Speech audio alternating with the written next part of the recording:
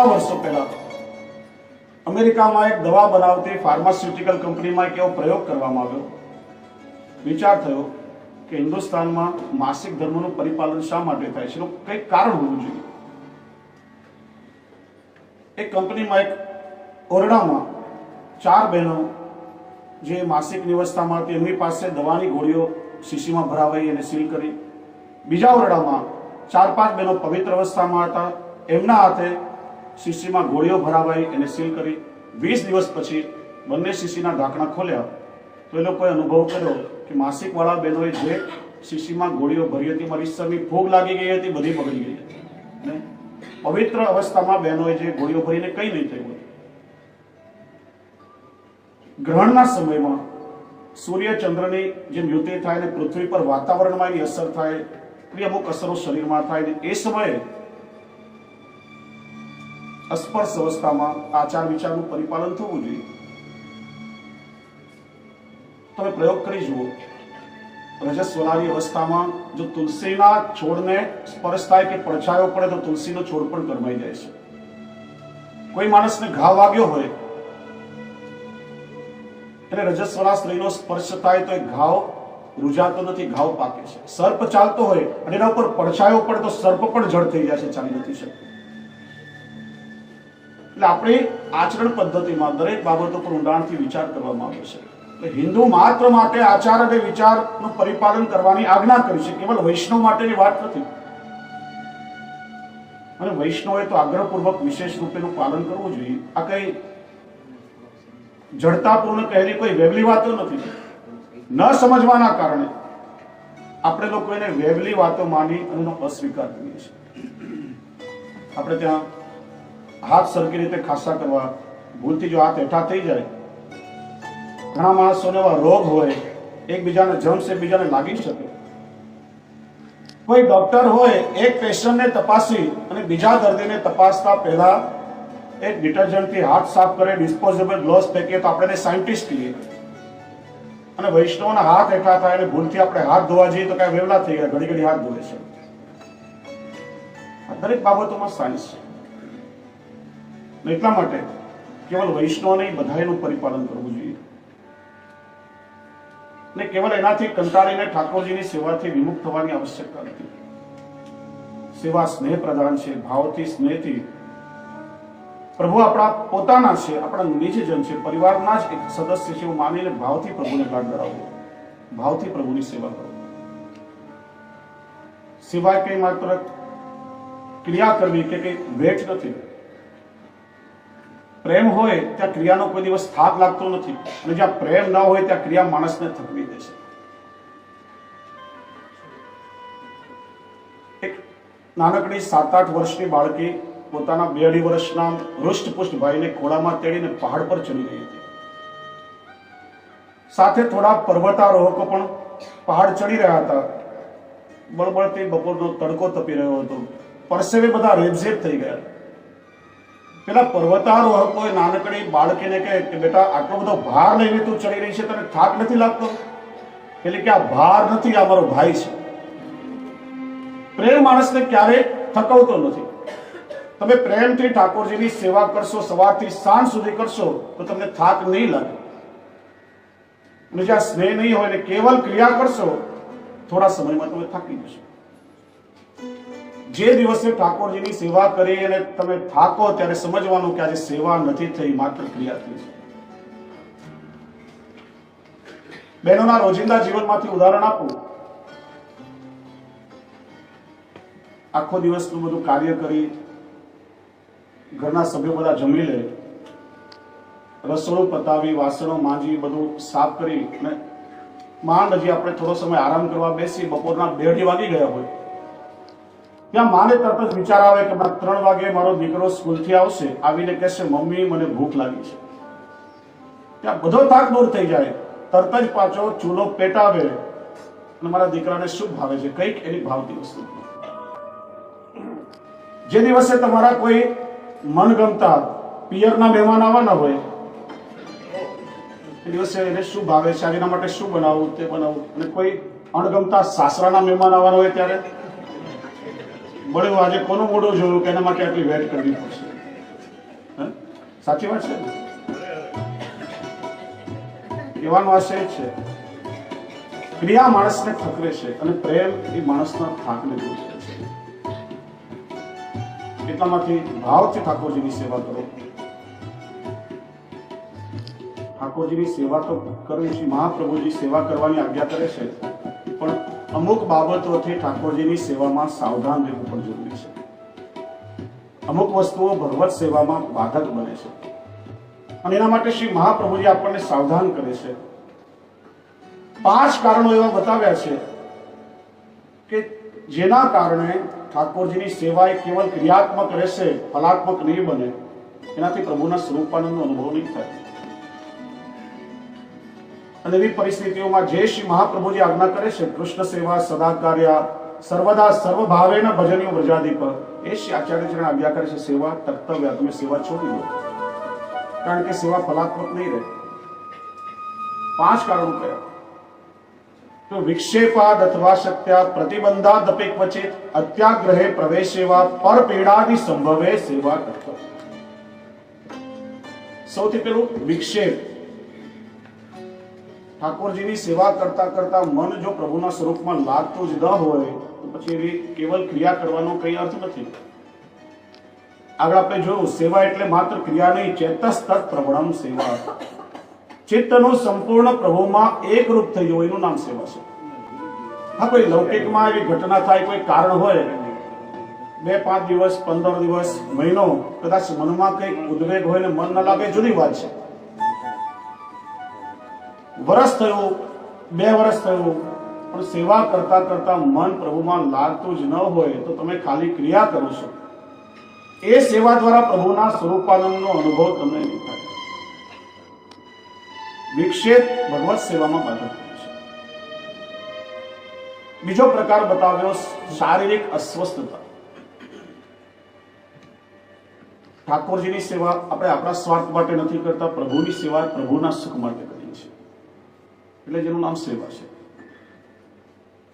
આપણી સેવા દ્વારા જો આપણા પ્રભુને પરિશ્રમ થાય તો એ પ્રકાર પણ યોગ્ય નથી.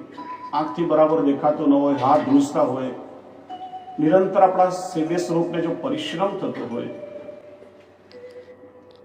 તો એવી સેવા કરવાનો, પ્રભુને પરિશ્રમ દેવાનો દુરાગ્રહ વૈષ્ણવે ના રાખવો જોઈએ. એવા સમયમાં ભગવત નામ દ્વારા પોતાનો નિર્વાહ કરો, પણ પ્રભુને પરિશ્રમ ન થાય એ રીતે પ્રભુના સુખનો વિચાર કરો.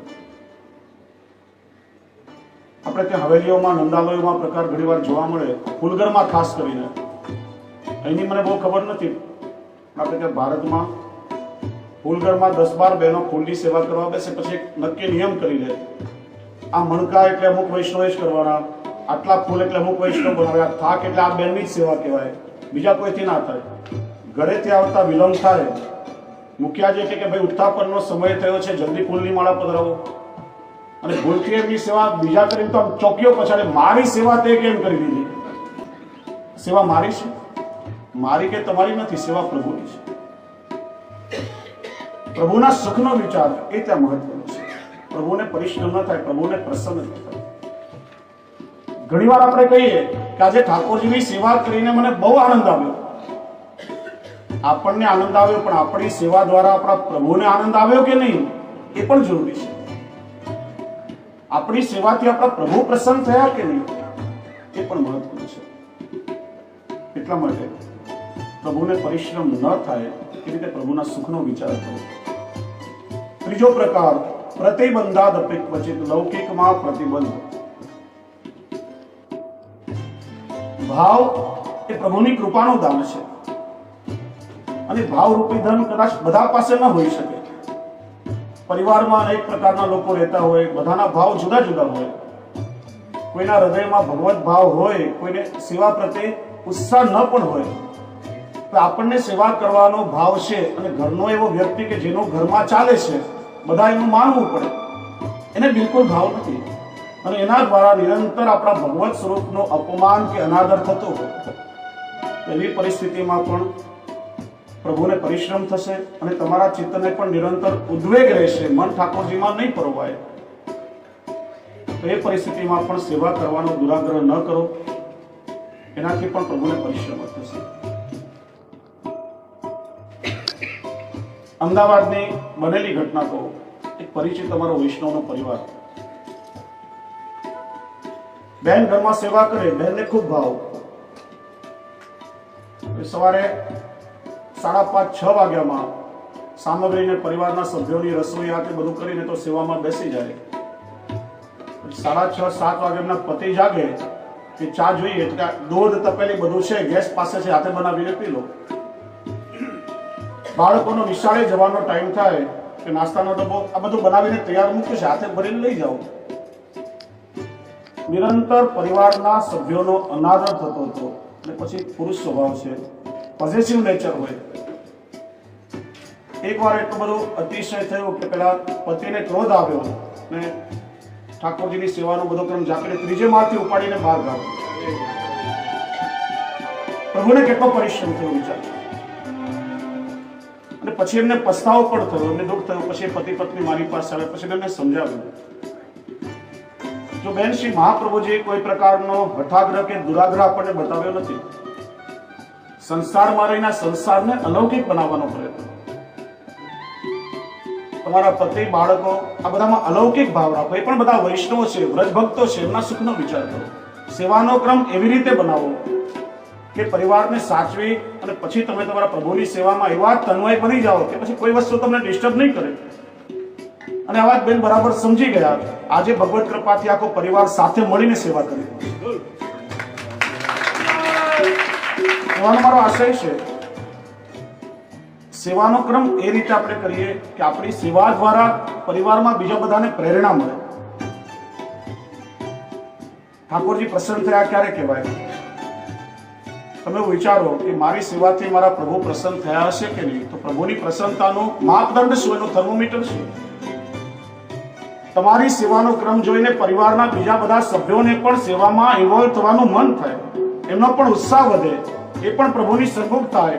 ત્યારે સમજવાનું કે તમારી સેવાથી પ્રભુ ખરેખર પ્રસન્ન થયા છે. શ્રીમદ ભાગવતજીમાં વેણુ ગીતમાં ગોપીજનો પેલા હરણીના ભાગ્યના વખાણ કરે છે કે આ મૃગલીઓ કેટલી ભાગ્યશાળી છે કે પ્રભુની અવલોકન પૂજા કરી રહી છે. એ નેત્રો દ્વારા પ્રભુના દર્શન કરે છે. સ્વામીજીનું એક નામ મૃગનયની છે. તેમના નેત્રો જોઈને પ્રભુને નિરંતર સ્વામીજીનું સ્મરણ થાય છે. અને હરણીઓ પોતાના પતિ કૃષ્ણસાર મૃગને અને પોતાના બાળકોને સાથે લઈને કુટુંબ સાથે પ્રભુની સેવા કરી રહી છે. પ્રતિબંધ લૌકિકમાં બહુ પ્રતિબંધ હોય અને સેવ્ય સ્વરૂપનો જો અનાદર થતો હોય, ઉપેક્ષા થતી હોય તો દુરાગ્રહ ન કરો. ચોથો પ્રકાર બતાવ્યો, અત્યાગ્રહ પ્રવેશ, જે આજના સમયમાં બહુ વિશેષ રૂપે જોવામાં આવે છે. કોઈને સખડીનો આગ્રહ, કોઈને ભોગનો આગ્રહ, કોઈને મેઘનો આગ્રહ, કોઈને કુવાના જલથી જારીજી ભરવાનો આગ્રહ. ઠાકોરજીનો આગ્રહ ગૌણ થઈ જાય છે અને બીજા બધા આગ્રહ વધી જાય છે, ત્યાં ભગવત સ્વરૂપ ગૌણ થાય છે. જે આગ્રહ છે એ ઠાકોરજીની સેવાનો આગ્રહ હોવો જોઈએ. એક વસ્તુ યાદ રાખો, સેવા એ સિદ્ધાંત છે અને આચાર, વિચાર, મેંડ, અપ્રસ આ બીજી બધી જ વસ્તુઓ એ સેવાના સાધનો છે. આજે આપણે લોકોએ સાધનને સિદ્ધાંત માની લીધો અને સિદ્ધાંતને ગૌણ બનાવી દીધો. ઠાકોરજી કોઈના માટે નથી, આ દરેક સાધનો પ્રભુના સુખ માટે છે. સેવા આપણા જીવનનું સહજ અંગ છે. આપણી આજીવિકાના જે સાધનો હોય, જે પરિસ્થિતિમાં આપણે રહીએ, તેમાં જીવનના એક સહજ ભાગ રૂપે પ્રભુની સેવા કરો. આ વસ્તુ નહીં હોય તો નહીં ચાલે, આના વગર હું સેવા નહીં કરું તો એ હઠાગ્રહ થઈ જાય છે અને અત્યાગ્રહ થાય ત્યાં ભગવદ આગ્રહ ગૌણ થઈ જાય છે, ત્યાં પણ સેવા ફલાત્મક થતી નથી. ગ્રામ્ય વિસ્તારમાં આ બહુ મોટી સમસ્યા છે. વૈષ્ણવનો એટલો બધો હઠાગ્રહ કે કુવાનું જળ મળે તો જારીજી ભરવી, બીજા કોઈ જલથી જારીજી ના ભરાય. હું તમને એક પ્રશ્ન પૂછું, શ્રી મહાપ્રભુજીએ કયા ગ્રંથમાં આજ્ઞા કરી છે કે કુવા કે નદીના જળથી જારીજી ભરો, નળનું જળ છોવાઈ જાય? ક્યાંય આજ્ઞા હોય તો મને બતાવો. શ્રી મહાપ્રભુજીએ 500 વર્ષ પહેલાની કોમન લાઈફસ્ટાઈલનો સ્વીકાર કર્યો. એ સમયે આ ડંકી, બોરિંગ, નળ, પાઇપલાઈનો કોઈ સાધનો હતા જ નહીં. શૌચાદી કર્મ કરવા, ક્રિયા માટે લોકો જંગલમાં જાય, જળાશયમાં સ્નાન કરી પવિત્રતાપૂર્વક ત્યાંથી જલ ભરીને લાવતા અને એનાથી નિર્વાહ થતો. સામાન્ય જીવન પ્રણાલી શ્રી મહાપ્રભુજીએ શીખવાડી છે. ત્યાં કોઈ હઠાગ્રહ કે દુરાગ્રહ નથી. આપણે ઠાકોરજીના જારીજી શેનાથી ભરીએ છીએ? તમે જારીજીમાં કયા ભાવથી જલ પધરાવો છો? કહો તો ખરા. એમના જલ. બરાબર. હવે તમારા મગજમાં એ ચાલતું રહેશે કે આમાં હું કુવાનું જલ ભરી રહ્યો છું કે નળનું જલ ભરી રહી છું. તો યમુનાજીનો ભાવ ક્યાં આપણો? એક વાત યાદ રાખો, ઠાકોરજી નથી કુવાનું જળ અરોગતા કે નથી નળનું જળ અરોગતા. ઠાકોરજી અરોગે છે શ્રી યમુનાજી.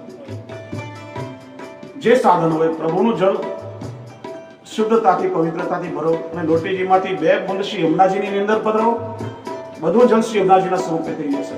અને હું પ્રભુને યમુના જળ અરોગાવી રહી છું એ ભાવથી જારીજી ભરો તો ઠાકોરજી ચોક્કસ અરોગશે.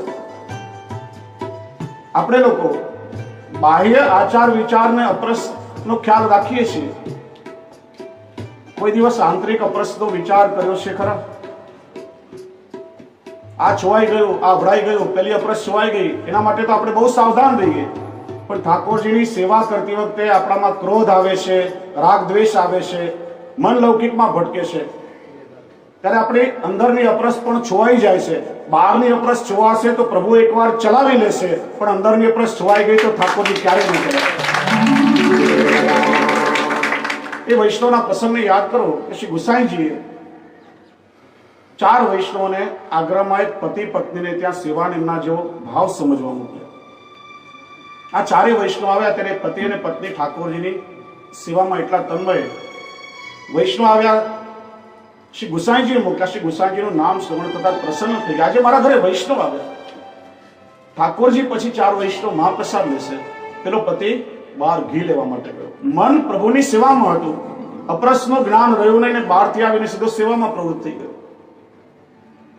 પત્નીનું મન પણ સેવામાં હતું, એને પણ ખ્યાલ ન રહ્યો કે આ બહારથી સીધો આવ્યો અને સેવામાં લાગ્યો. પણ પેલા 4 વૈષ્ણવ વિચારે કે ભાવ તો ઉત્તમ છે પણ આચાર વિચારનું જ્ઞાન નથી, અપરસનું જ્ઞાન નથી, આમના ઘરે મહાપ્રસાદ કેવી રીતે લેવો? એ તો ચૂપચાપ ત્યાંથી નીકળી ગયા. ભોગ સર્યા અને પેલા પતિ પત્નીએ જોયું કે 4 વૈષ્ણવ મહાપ્રસાદ લીધા વગર નીકળી ગયા. એમને બહુ તાપ થયો. એ દિવસે એમને અન્ન જળ પણ લીધું નહીં. અને 4 જ્યારે શ્રી ગુસાઈજી પાસે આવ્યા ત્યારે શ્રી ગુસાઈજીએ ક્રોધ કર્યો કે મેં તમને એમની ક્રિયા જોવા માટે નતા મોકલ્યા, એમના જેવો ભાવ સમજવા મોકલ્યા હતા. અને એ દિવસે શ્રીનાથજી બાવાએ શ્રીહસ્તમાં છડી લઈને લાલ નેત્રોથી દર્શન આપ્યા. ત્યારે શ્રી ગુસાઈજી આજ્ઞા કરી કે જઈને પતિ પત્નીની ક્ષમા માંગો. પેલા 4 પાછા આવ્યા, ક્ષમા યાચના કરી, એમને ત્યાં મહાપ્રસાદ લીધો. ત્યારે પેલા પતિ પત્ની મહાપ્રસાદ લીધો. મન પ્રભુની સેવામાં હતું, ત્યાં બહારની અપરસ એમને બાદ કરી શકી નથી. પણ તમે લાખ કુવાના જળથી સ્નાન કરો, ગંગા જળથી સ્નાન કરો, અપરસમાં રહો, પણ અંદર ક્રોધ અને તામસ ને બધા દુર્ભાવો હશે ને તો અંદરની અપરસ છવાશે તો ઠાકોરજી ક્યારે પણ ચલાવી નથી લેવા.